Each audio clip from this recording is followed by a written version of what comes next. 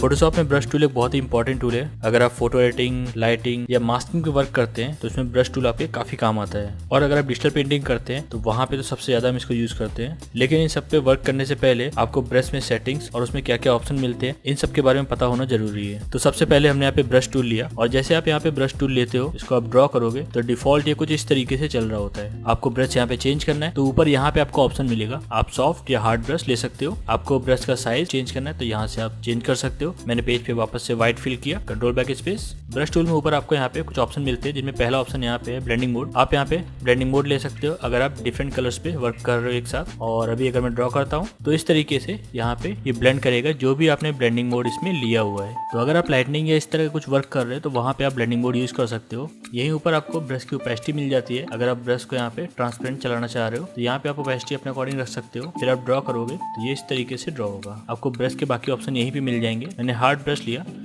और अगर आप पेन टाइप यूज कर रहे हो तो यहाँ पे आपको पेन प्रेशर का एक ऑप्शन मिलता है। इसको लेने के बाद में ये आपकी ओपेसिटी को आपके प्रेशर के अकॉर्डिंग यहाँ पे कंट्रोल करेगा जिस तरीके से। इसी में एक और ऑप्शन आपको यहाँ पे मिलता है पेन प्रेशर का। यहाँ पे आप ब्रश का साइज चेंज कर सकते हो उसके प्रेशर के साथ में। मैं जिस तरीके से पेन पे प्रेशर अप्लाई करूंगा वैसे यहाँ पे ड्रॉ होते हुए दिखेगा ब्रश। आप चाहो तो इन दोनों फीचर्स को एक साथ में यूज कर सकते हो, ब्रश का साइज और यहाँ पे ओपेसिटी। तो आपका ब्रश कुछ इस तरीके से चलेगा। तो ये मैंने यहाँ पे आपको बिल्कुल रफ एक आइडिया दिया है कि आप किस तरीके से यहाँ पे ड्रॉ कर सकते हो ब्रश के साथ में बहुत इजीली। ब्रश टूल के साथ में एक और ऑप्शन आपको यहाँ पे मिलता है सिमेट्री का। आप यहाँ पे सिमेट्री ऑन कर सकते हो और इससे आप जब भी इसमें ड्रॉ करोगे तो ये सेम चीज आपके अपोजिट साइड भी ड्रॉ करेगा।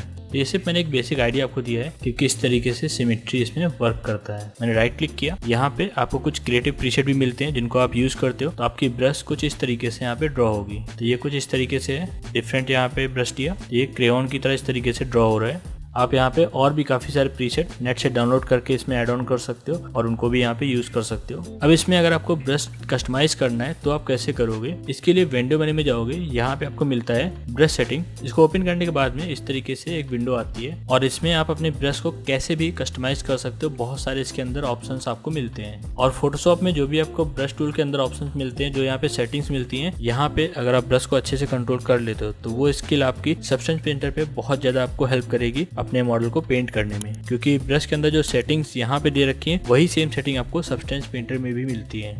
और इसमें आप अपने अकॉर्डिंग भी कोई ब्रश का एक प्रीसेट बना के इसको सेव कर सकते हो और आगे जब चाहे तब उसको यूज कर सकते हो। तो इसके लिए यहाँ पे एडिट मेन्यू में आएंगे। यहाँ पे आपको ऑप्शन मिलता है डिफाइन ब्रश प्रीसेट और ओके किया। तो ये सिर्फ एक एग्जाम्पल है। आप इस तरीके से ब्रश को कस्टमाइज करके बहुत अच्छे अच्छे ब्रशेस भी बना सकते हो। बाकी इसी तरह की और वीडियोस को देखने के लिए आप चैनल को सब्सक्राइब कर सकते हो।